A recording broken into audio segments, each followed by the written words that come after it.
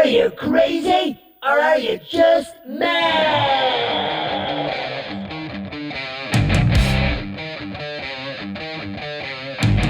Hello. Welcome to the Mad Musicians Against Depression podcast, where we discuss the latest news, research and hot topics surrounding mental health. I'm Thomas Maher, and I'm joined in studio by my beautiful co-host, award-winning singer, songwriter and presenter, Indiraa.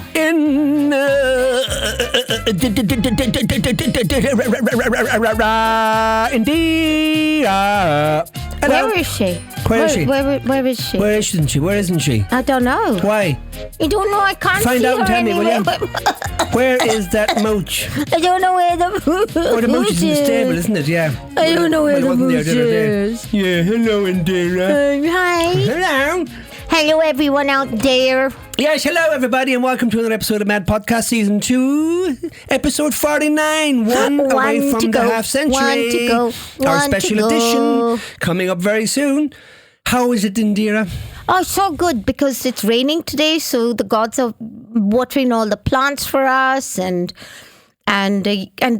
you know, it's been sunshine with blue clouds one day, and then now this, which is great because they get their sunshine and then all the plants and the grass, and then the next day they get their rain and they're all happy. Yeah, well, I think you've been too polite there. It's not raining, it's pissing fucking down from the heavens. Yeah, but that's good, right? Because they also need their, piss up. What, for 9 hours? Hey, that's twinklet. It's okay. No, they're happy. You think the twinklet needs his piss up for 9 hours? It's summer. every They day? need this off and on. Yeah, but... Yeah, but a twinklet is different. I could have this. I don't mind the rain, but it's the grey skies. It's that overcast, horrible skies. Don't worry about it, because the grey skies mean it's going to bring rain, and if it's going to bring rain, it's going to give growth and happiness, and the trees and flowers will be happy. No, don't try to be this positively philosophical crap with me now, you know what I mean? I'm not Doesn't being work. philosophical. It don't work. I prefer a bit of sun. Yeah, and I prefer nice blue skies, or half, but Then I semi-blue. suggest you move to India. No, it's too warm for me. I'm a green thing. I don't survive in that kind of brown weather. Then you'll photosynthesize in sunlight if you're green. So be happy and just photosynthesize. I'm like a chameleon then. I'm like a lizardo. A lizardo? Will people tell him, please? Tell him what? Anything. Okay, never mind with that. Anyway, so tell us, listen, we had obviously, we have an update on the goat which is called Mooch.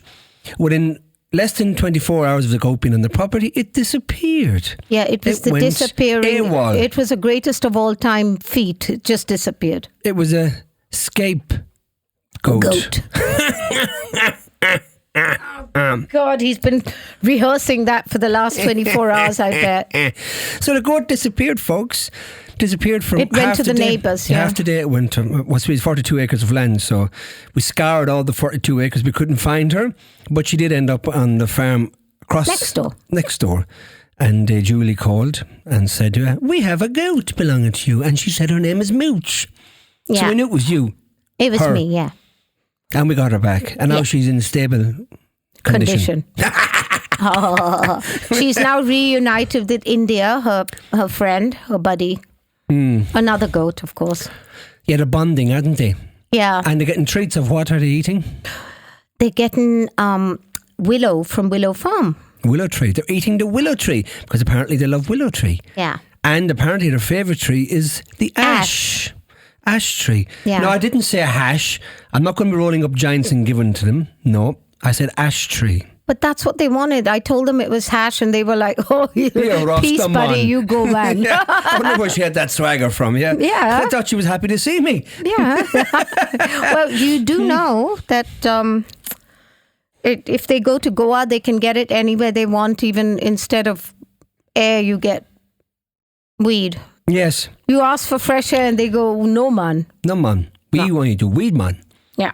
So we got fooled, didn't we? Originally, when she went missing, there was a report that she was found in Barnet, wasn't there? No. There was, in the halal butcher's shop. Oh, shut up. Do you know, this is not funny. I'm not laughing. But it turned out to be false. That was someone else's goat. Yeah. Anyway. So, and that's it. And the pop date is that Elton is he's bigger. He was 1 kilo the last time. Now he's even bigger again. And now he's drinking water from the bowls because you were concerned he wasn't drinking. We were really worried he wasn't drinking water, and now he's drinking out of a bowl. So there you go. And next he'll be drinking out of a pint glass. Yeah, if he takes after you, No, Twinklet maybe. But we won't let that Twinklet influence him in that way. No, the Twinklet can't, because then he'll be down at the local all the time. Yeah, of course we will be, yeah. Yeah. He'll be the wrong side of the bar. Yeah, exactly. Where is Elton? Where is Smelton? He's not in the John. He's gone. Okay, so that's enough of that crap now in philology. So anyway, we have our usual 2 articles of mental health research, with 2 interesting ones today, I have to say. Very. And our usual dee-dee-dee-dee, dee-dee-da-dee-da-dee-da. Oh, we done that well. Yeah, we did, didn't we? Yeah, we did. Well done, Indiraa. Very good, very good. And let's crack on with it. What's your headline of your article? Mine is about study in nutrition and prevention of health, showing the most common form of weight loss diet, strict calorie restrictions, and can increase the risk of depression and symptoms in dieters. So I suggest. So basically, one particular diet a lot of people follow is leading to depression, or is a common cause of depression. Okay, that's interesting. And I have one from the US Sun, and that is not Donald Trump, by the way. It says in a recent ABC News article, the US government's approach to unidentified. No, that's the bloody ailing one. Where? What? Sorry, let's go back a bit. It's my one is what your dreams say about your mental health. Oh my God, I need to hear this. Yeah, no, that was particularly for you. And I meant to give you that one, and that was going to be for me. But anyway, I mixed it up. But anyway, at least you can listen to me rattle it on. Oh, for once in your life. R. Oh, you want to take this one? No. And I swap it over? No. Thank you. No, you can. No. All right, fair enough. So take it away then. Okay. Pop my tea down, put my feet up. Can you speak into the microphone, please, so people can hear you? Pop my feet there you go, better. up. There you go. There's an... Anytime. You can start anytime today, yeah? Yeah, I will. Yeah. So, researchers analysed data from 28,525 US adults and found that those following low-calorie diets reported higher levels of low mood, low energy, and sleep disturbances compared to non-dieters, which is why I'm always a happy bunny. Are you? Yeah. I beg to differ. Because I'm a grazer. Beg. No, I should not. I'm a grazer, so I eat little bits all day, and then I exercise, and I'm happy. We like the goat. There you go. Yeah. Sorry to interrupt. Go on. The study's authors point out that while controlled clinical trials often demonstrate improvements in depression symptoms when diets are supervised. Oh my dear, what's happened here? What are you doing? Oh, sorry. Hang on. What's going on here? Not very organised, are you? I am. I'm just disorganized in myself, you know. Yeah, exactly. That's a translate. Dieters may at great risk because they inadvertently create nutritional gaps. Calorie counting can lead to inadequate intake of macronutrients and micronutrients that are critical for the brain health, such as protein, omega, and fatty acids and B vitamins, which may contribute to mood dysregulation and fatigue. Now, you have to bear in mind, importantly, the research found that men appeared particularly vulnerable to diet-related depression. Men participants on calorie-restricted regimens, should I say, scored higher on both cognitive affective feelings of worthlessness and guilt. That's because they were always cheating.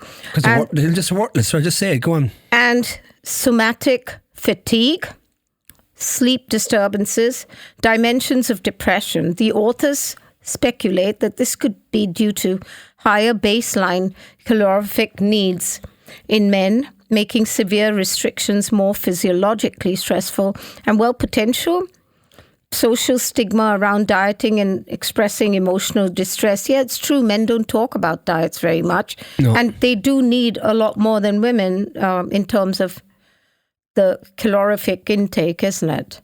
And I have to say that it's true. Men don't talk about diets. They feel it's a very girly thing, isn't it? Yeah, and they tend to do it a lot. But like I say, they don't. Again, it's a stigma. I think it's a bit like mental health and depression. Yeah, they don't like to think. And talk when they about do it. diet, they have to have all this really bulky food because it is good for them. It's protein, and they exercise. But they're like, oh God, I ate a whole cow today. All that kind of thing, which is kind of sad. You're talking about donkey, are you? No, I'm talking about, some people anyway. Nutritional deficiencies, cutting calories without careful planning can lead to shortages in essential nutrients such as iron, magnesium, zinc, and certain vitamins that support neurotransmitter synthesis and mood regulation. So you need this basically for your brain, is what it's saying. And so you have to make sure you have your iron, magnesium, zinc, and certain other vitamins. Weight, cycling yo-yo dieting. That's very common in women, dare I say.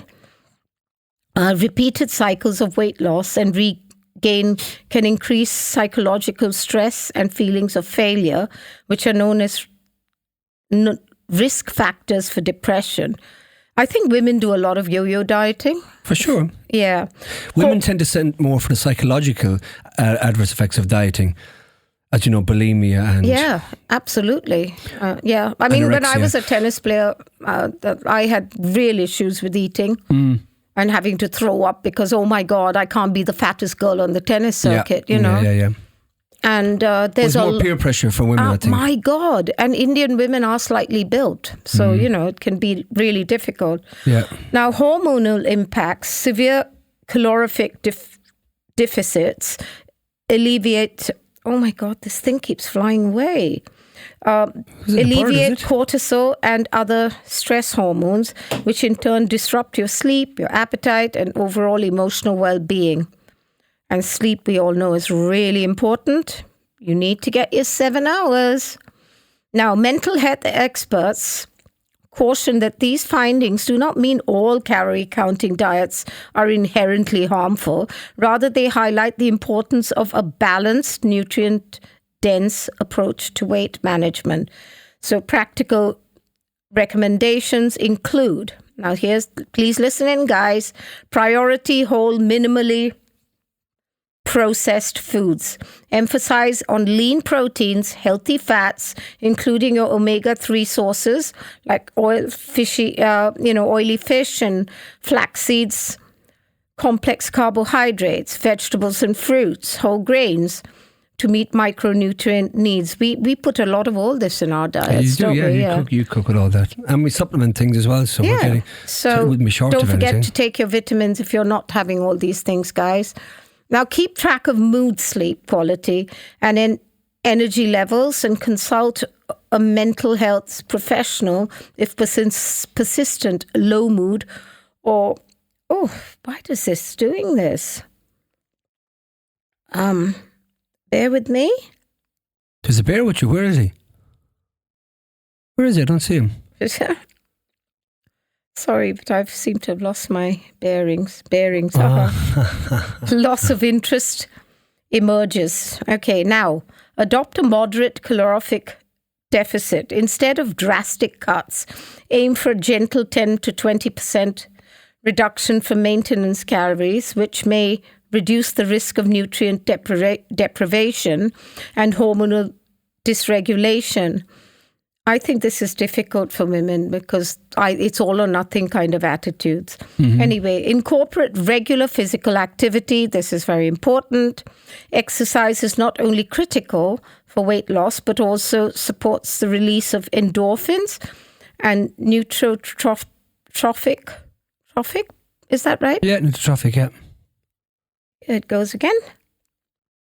You're having fun with your phone today, aren't you? Oh, I'm having a lot of trouble with this. What's going on? You get yourself a proper new phone, will you? No, this is a good phone. Get rid of that crappy thing. No.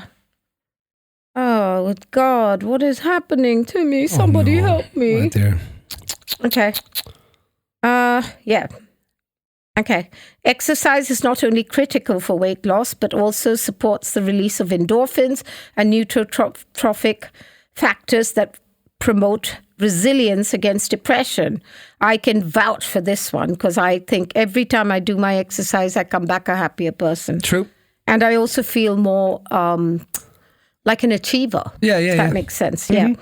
Now, seek professional guidance. Working with registered dietitian or nutritionist can help ensure dietary plans that both weight loss and effective and mental support as well. For mental health podcast audience, these findings underscore a key takeaway: weight loss strategies that could be considered solely through the lens of a scale.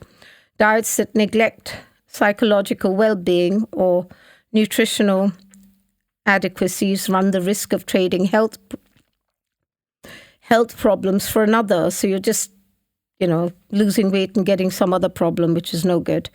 By framing weight management within a broader context of emotional health, paying attention to hunger cues, and ensuring nutrient sufficiency and maintaining social support, listeners can pursue healthier outcomes of the body. And finally, it's essential to recognize that depression is multifactorial. While low-calorie dieting emerges as a trigger in this large observational study, genetic predispositions, life stresses, and pre-existing mental health conditions also play significant roles. Anyone experiencing persistent depression symptoms while dieting should consider comprehensive evaluation and support from both medical and mental health services.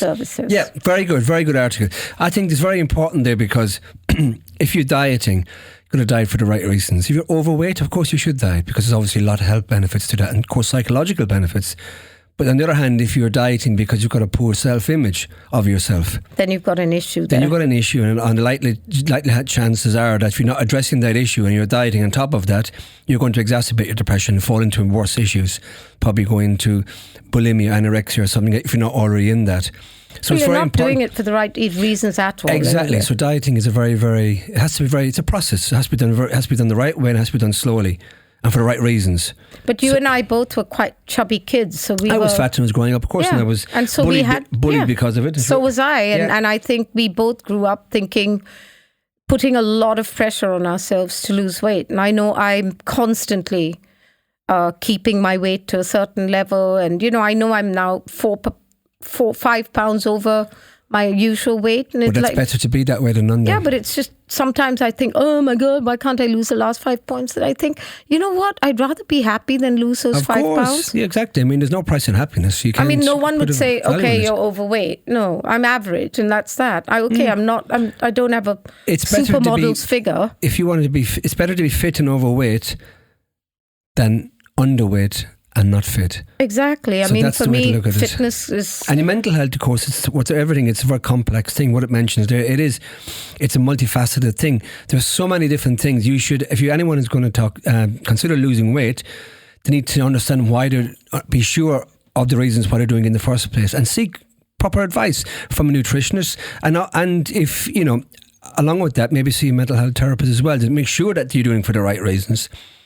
It's very, very important because you don't want to fall into that trap of doing something and then it exacerbating an already underlying issue that you have. Well, I know that I never was very particular about how many, my taking my vitamins and so on and so forth. And ever since you, Tom, have been really pushing and handing me my vitamins every day, my joint pains are not there. And I was having serious joint pains with some of the medication I was taking. I was getting serious joint pains and I was getting listlessness all the time.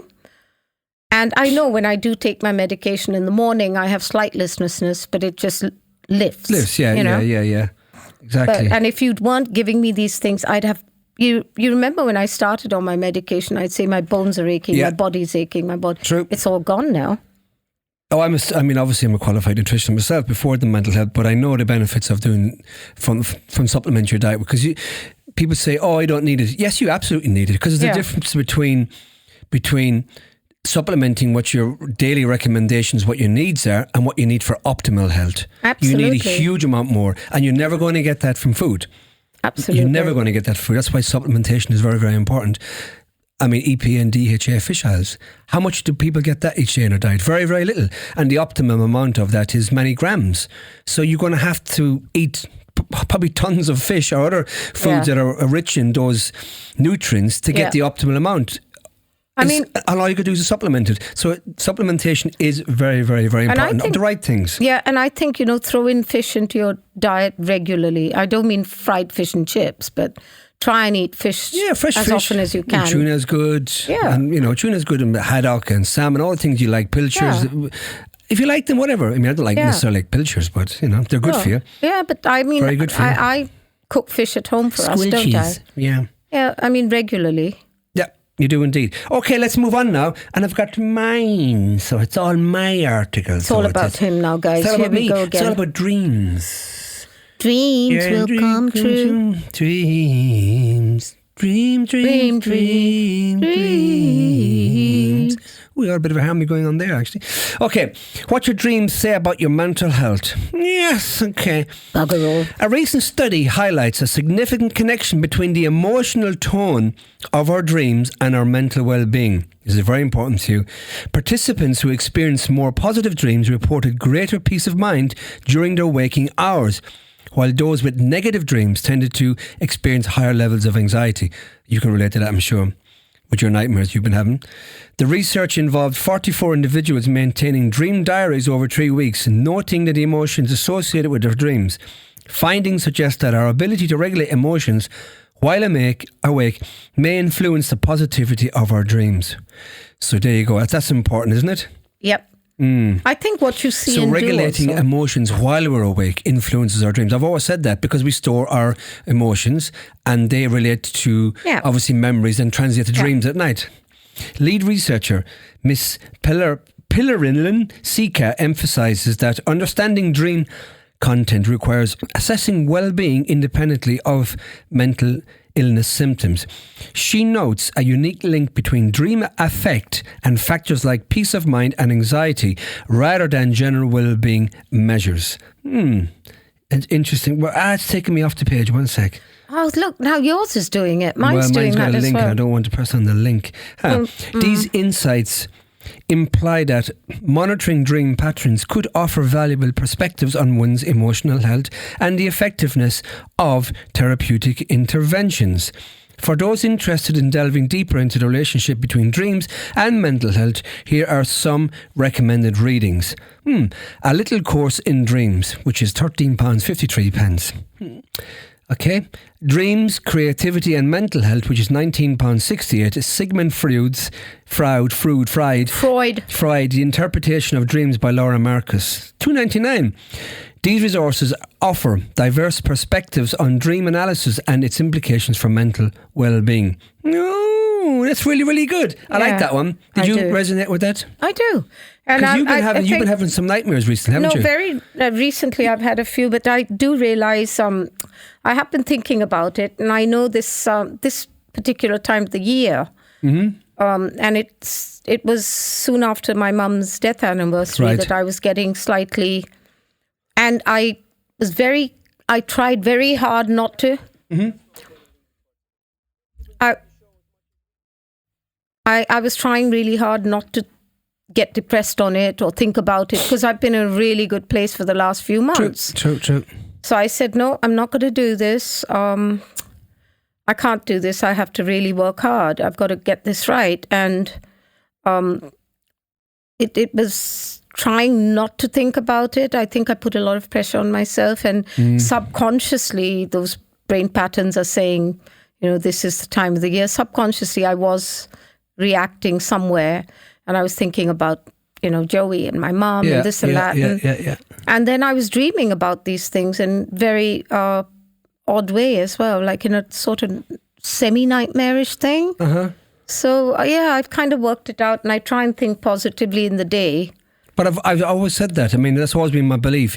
If you're positive during the day, that will translate to your dreams at night. But if you're negative, if you're ruminating about negative things during the day, it may not even necessarily hit you that night. It could hit you weeks or months later. It does. And that's honestly, the way your brain it's stores the brain things. patterns. Things like that. But that is all. I can't say it often enough.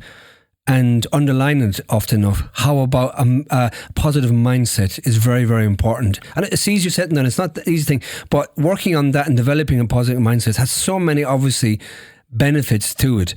And also, if you're like me and you remember your dreams, which some people don't, and I'll graphically remember my dreams, and then it affects me, which is really bad. Yeah, of course. And then it continues a cycle of negativity. It's already a bad dream. And so I make it a point now. So I'm trying to, do positive things, say positive things, and through the day, and more so in the evenings, so I'm taking with me a happier moment. Yeah, of course. That is the best way to be. And that translates into long-term change, positive change.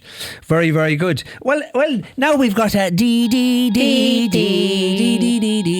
This time I can actually read this article, which I started to read the last time, didn't I? Yeah. Okay. The Sun, here we go. In a recent ABC News article, the US government's approach to unidentified anomalous phenomena, UAPs, commonly known as UFOs, is undergoing significant changes under President Donald Gimp's administration. Trump. The Pentagon's All-Domain Anomaly Resolution Office, it's called AARO, A-A-R-O, established in 2022, has reviewed over 1,800 UAP cases.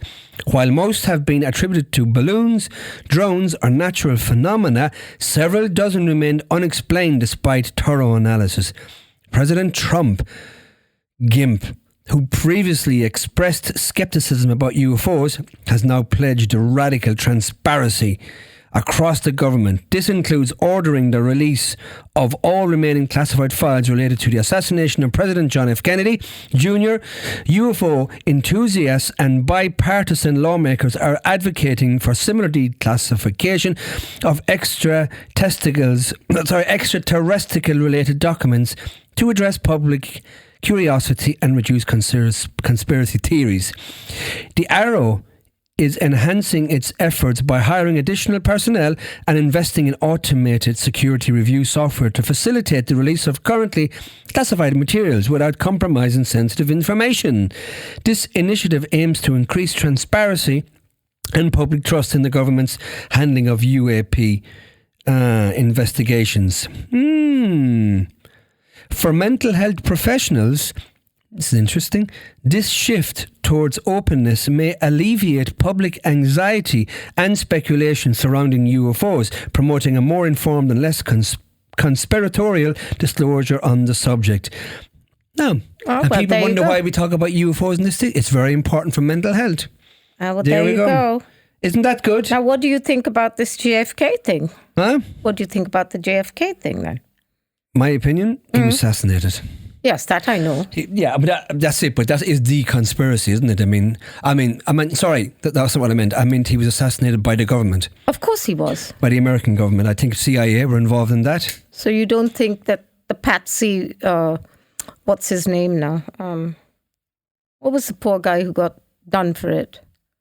Oh, what's he? Yeah, I know you got. I can't even. Yeah, so the patsy. You call him the patsy. Well, that's was what he the patsy? You think that the government planted him then? But it's not only that. The doctor who originally treated JFK, which I saw the documentary about it, and at the time, which he was never obviously allowed, was kept classified.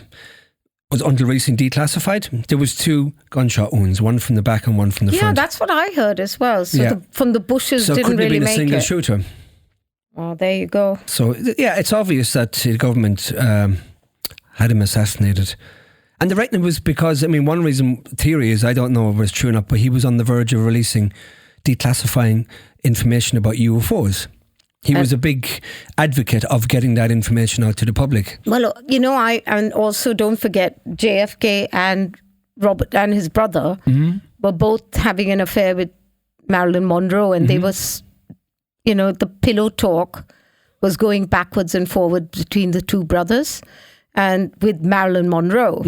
So it was, then they she died of an overdose, as she was found with all this overdose of pills and everything. And that was definitely not a suicide. And they reckon that the government, the brothers and the parents also, the Kennedy family were very tight-knit anyway. And she was a danger to the family and the government and the country. And so they got rid of her. Yeah. And then there was a lot of stuff coming out about him. And before it came out, they wanted it. Yeah, but I think for me, the biggest... Yeah, that's true. That's all in the documentary as well. But in the documentary, to say the biggest factor probably was because he was pushed for release, declassification of all the UFO files at that time. Was the Roswell thing in his time? Yes. Or was it earlier? It was after. Oh. But he wanted that, the truth. He wanted that declassified. Because he knew about it and he wanted to declassify all of that. He wanted everything to come clean about it. He was pushing for it. The Roswell thing was really, really weird. That's bonkers. I mean, every nurse died. Every doctor died. Well, the guy that's famously holding the balloon. You've seen the picture of the Roswell thing. Yeah. That famous picture of him holding up the weather balloon. Yeah. Well, he literally admitted later in the documentary before he died, because he kept it to a secret. He said he was forced to do that, and obviously he said at the time they knew what they'd recovered was an alien crash, aircraft. It was a UFO, if you want to call it. But he said they were forced to do this thing as a cover up. But I know that the people who did the autopsies on the bodies, every person who was involved in it, the doctors, the nurses, the surgeons, they all died. Which, I mean... Or taken away in a ship. Oh, apparently they died. I mean, the nurses, I don't know. everything. I'm not sure. I don't know about that. I didn't see that now. But in the documentary I saw, but that guy obviously came clean about it. Because it's his... So weird. It's his, and he's interviewed his son as well. And he said his son knew at the time the truth because he told him at home, but he couldn't obviously come clean with him before he died. So yeah, it was so weird. The whole thing was so ridiculous. Come on, people are stupid to me. There's a balloon. So I mean, they initially come out and say they've recovered a crashed UFO. This is like, and apparently those people that were closest where the crash happened were specialised nuclear personnel, like they were flying jets, whatever aircraft they used to carry nuclear weapons, and engineers, and they were very special, highly specialised people. So they came out to retrieve this craft, and they didn't know the difference between a fucking weather balloon, and a craft like a UFO. So there you go. I mean, it's just stupid, but that's why it remains one of the most talked about UFO incidents in history. Credible, anyway, certainly. So anyway, that's an interesting one, isn't it? We talk about JFK, UFOs, Donald Gimp. We've got lots of things in there. We like Donald Gimp, don't we? No, I don't like him at all. We like him. No, I don't. We like him. No. We like the Gimp. No, I don't. We like him. You love him. You watch him every night. Tell the truth. I hate him. That's why I watch him every night. I'm waiting for something to happen. Yeah. Another assassination. Well, I'm not going to say that on the air, am I? On a podcast. Mr. Gimp. I'm not. I don't even want to go there. He's just bonkers. Yeah, I know. Anyway, never mind. Remember now, those we have to be positive frame of mind. Yeah. Yeah. PM. T. There you go. I knew you were going to say it. On that note, folks. Taco. Taco. Taco, Yeah. you taco. know, that's what they call him now. Mexican taco. They call him tacos. Trump always chickens out. Yeah, somebody's going to attack him very soon. And it's not me. No, it might be you. He might get mooched with those horns. And they call his press secretary, Carolyn Levitt, the Taco Bell. Taco Bell? Yeah, that's where you get she's the tacos, I think she's a fucking dumbbell myself, but there you go. Exactly. On that folks, note. Until next time. Bye. Well, folks, on that note, that's where we're going to leave it for today. Hope you've enjoyed the show as much as we have, and we look forward to bringing you more of the latest news and hot topics surrounding mental health on our next show. Remember, new episodes of the Mad Podcast drop every Sunday at 6 p.m. Episodes are available to listen to on Spotify, Apple Music, and of course, the Musicians Against Depression website, an online toolbox that contains a wealth of information essential reading and links relating to mental health. As always, if you or someone you know would like to join the conversation, either in studio or remotely, email us at musiciansagainstdepression@gmail.com or visit the MAD website at www.musiciansagainstdepression.uk for further info. All links, including social media, are provided in the show notes. And remember, no problem in life is insurmountable, and help is just a conversation away. Until the next time, from myself and the wonderful Indiraa, Take care.